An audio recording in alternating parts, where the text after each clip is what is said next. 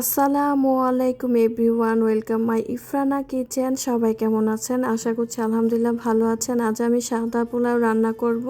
প্রথমে একটি পাতিলে হাফ কাপ তেলের মধ্যে দিয়ে দিলাম হাফ কাপ পেঁয়াজ, একটু ভাজা ভাজা করে দিয়ে দিব 2টি তেজপাতা, 2টি এলাচ, 2টি লং, এক টুকরো দারচিনি 2 ভাগে ভাগ করে দিয়ে দিলাম। সুন্দরভাবে একটু ভাজা ভাজা করে আমি যে চালটা ভিজিয়ে রেখেছিলাম 30 মিনিট লবণ পানিতে, সেটা ঝরিয়ে আমি এখন দিয়ে দিচ্ছি একটা প্যানের মধ্যে 2.5 কাপ পরিমাণ এখানে আমার পোলাও চাল। খুব সুন্দরভাবে আমি এখন ভাজা ভাজা করে নিব। তার মাঝে দিয়ে দিব পরিমাপ মতো লবণ, আপনারা আপনাদের স্বাদ মতো দিবেন। আমার এখানে 1 চামচ পরিমাণে লবণ লেগেছে। এটা খেতে খুবই মজা, খুব ভালো লাগে। সাদা পোলাওটা এভাবে রান্না করে খাবেন, তাহলে দেখবেন যে অনেক বেশি মজা লাগে। যদি আপনার পারফেক্টভাবে পোলাওটা না রান্না হয়, আমার টিপস ফলো করতে পারেন, তাহলে ইনশাল্লাহ অবশ্যই পুরো বুড়বুড়ে আপনার পোলাওটা হবে ঝরঝরা।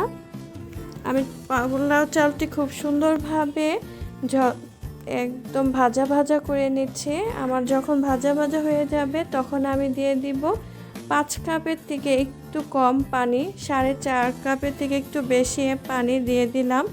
ফুটন্ত গরম পানি দিলে আপনি সহজে বলক এসে পড়বে। যে দেখেন সাথে সাথে আমার বলকটা এসে পড়েছে, তাহলে আপনার আর কোনো ভয় থাকে না নরম হওয়ার বা কোনো কিছুর। আর আদা রসুন দিয়ে দিলাম।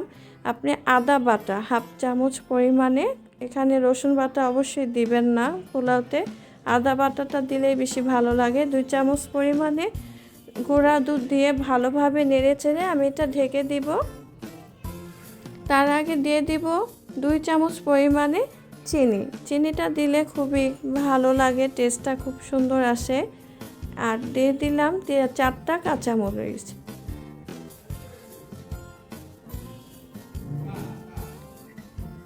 আপনারা আপনাদের পছন্দ মতো কাঁচামরিচ দিতে পারেন।